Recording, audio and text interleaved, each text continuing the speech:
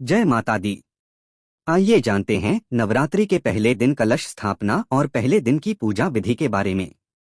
तो अगर आप हमारे @राधा स्वामी के व्यास चैनल को सब्सक्राइब नहीं किया है तो आप चैनल को सब्सक्राइब करें और वीडियो को लाइक करें। तो पहले दिन उत्तर पूर्व दिशा की ओर मुंह करके आपको एक चौकी की स्थापना करनी होगी। चौकी लकड़ी की रखें और उसके ऊपर लाल वस्त्र बिछा लें। कलश की स्थापना करने के लिए मिट्टी का एक कलश लें और उसके ऊपर हल्दी से या चंदन से स्वस्तिक का चिन्ह बना लें। कंठ पर मौलिक कलावा बांध लें और कलश के अंदर डालने के लिए आपको चाहिए होगा शुद्ध जल, हल्दी की एक गांठ, एक का सिक्का, एक सुपारी, लौंग का एक जोड़ा, थोड़े अक्षत। अब चौकी पर सबसे पहले मां भगवती की प्रतिमा के दाहिनी तरफ कलश की स्थापना करेंगे। अगर आप ज्वारे बोना चाहते हो तो ज्वारे भी बो सकते हैं। अब कलश के अंदर जल आदि भरने के बाद में उसके ऊपर आपको पानी वाला जड़ा वाला नारियल रखना होगा। नारियल को इस तरह से चुनरी से लपेट लें और कलश के ऊपर आम या अशोक के 5, 7 या 9 पत्ते रखें। उसके ऊपर आपको एक पात्र में थोड़े अक्षत या गेहूं भरकर रखने हैं और उसके ऊपर आपको लिटाकर नारियल की स्थापना करनी है। नारियल आप लिटा कर रखें। जो हिस्सा टहनी से जुड़ा होता है वह हिस्सा आप अपनी तरफ रखें।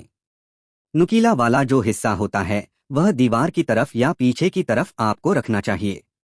कलश की स्थापना के बाद अब हम यहाँ पर माँ दुर्गा की प्रतिमा की स्थापना करेंगे और माँ का आह्वान करेंगे कि हमारी पूजा में पधार कर हमें अपना शुभ आशीर्वाद प्रदान करें। इसके साथ ही गणेश भगवान की स्थापना करेंगे। छोटी प्रतिमा हो तो प्रतिमा रखें, नहीं तो एक सुपारी पर मौली या कलावा लपेटकर गणेश भगवान का भाव करके उनकी स्थापना की जा सकती है। अब चौकी पर ठीक सामने की तरफ अक्षत का आसन देकर दीप जलाएं। अखंड ज्योत जलाना चाहते हो तो अखंड ज्योत भी आप जला सकते हैं। अगर धातु की प्रतिमा है तो गणेश भगवान की प्रतिमा को स्नान कराएं, नहीं तो जल का छींटा देकर स्नान का भाव करें।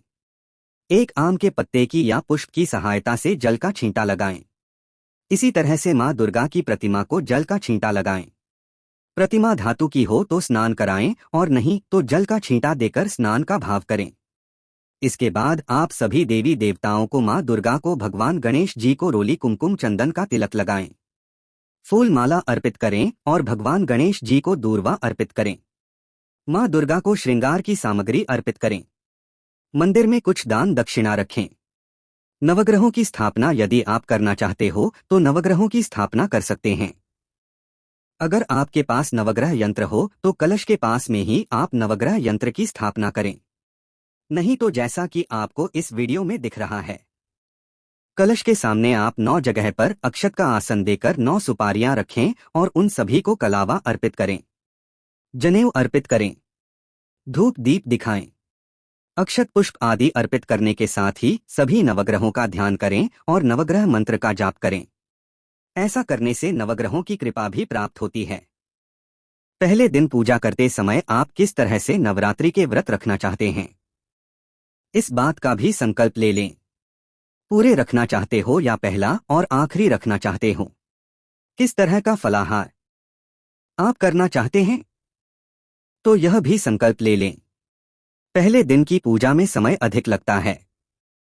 श्री दुर्गा सप्तश का पाठ भी इस दिन किया जाता है। समय हो तो सुबह पाठ कर सकते हैं, नहीं तो शाम की पूजा में भी पाठ किया जा सकता है। पहले दिन शापोद्धार मंत्र अर्गला कीलक स्तोत्र के बाद पहला अध्याय पढ़ा जाता है और इसके बाद आप श्री दुर्गा चालीसा का पाठ करें और फिर माता रानी की आरती करने के बाद मां को भोग लगाएं। आज के दिन आप पंचामृत का दूध से बनी मिठाइयों का दूध में शक्कर डालकर भोग लगा सकते हैं। सभी तरह के मौसमी फलों का भोग भी मां को अर्पित कर सकते हैं और साथ में पान सुपारी इलायची मां को अवश्य अर्पण करें। नवरात्रि के दिनों में हवन भी किया जाता है। हर दिन अगर बड़ा हवन करने की सामर्थ्य ना हो, समय ना हो तो आप खुद से भी अज्ञानी के रूप में हवन कर सकते हैं। एक मिट्टी का बड़ा दिया ले लें, जिस तरह से मैंने वीडियो में आपको दिखाया है। इसमें आपको गाय के गोबर का उपला तोड़कर अच्छे से जला लेना है। धुआं शांत हो जाए तब उसमें आपको घी में डुबोकर लौंग का एक जोड़ा रखना है। कपूर जलाकर पहले अग्नि प्रज्वलित कर लेनी है। उसमें थोड़ी सी हवन सामग्री डालनी है। फिर बताशा तोड़कर उस अग्नि में रखें और लौंग का जोड़ा तो जितने परिवार के सदस्य हैं वह सभी अपने अपने नाम से अग्नि में छोड़ सकते हैं। और बताशा डालें, मिश्र डालें। फल मिठाई है तो मिठाई का थोड़ा हिस्सा तोड़कर डालें और सबसे अंत में अग्नि के चारों ओर दिए के चारों ओर जल का छींटा देकर अग्निदेव से और माँ दुर्गा से माँ शैलपुत्री से प्रार्थना करें कि वे आपके द्वारा अर्पण किए गए इस भोग को स्वीकार करें। प्रत्येक दिन अगर इसी तरह से की जाएगी जो भी विशेष भोग यदि आप लगा रहे हो तो उसे पहले अग्नि देवता को अर्पण करें, बाद में प्रसाद रूप में सभी लोगों में बांटें। पूजा करने के बाद सबसे अंत में समय याचना जरूर कर लें। अगर कोई पूजन सामग्री आप अर्पित करना भूल गए हो तो अगले दिन की पूजा में अर्पित की जा सकती है। तो यह थी आज की वीडियो। शाम की पूजा भी आपको धूप दीप जलाकर कपूर जलाकर आरती करके करनी चाहिए। नवरात्रि के पूरे 9 दिन तक यदि कोई विशेष भोग ना भी मिले तो भी माँ को पान, सुपारी, इलायची और बताशा अर्पित करना चाहिए।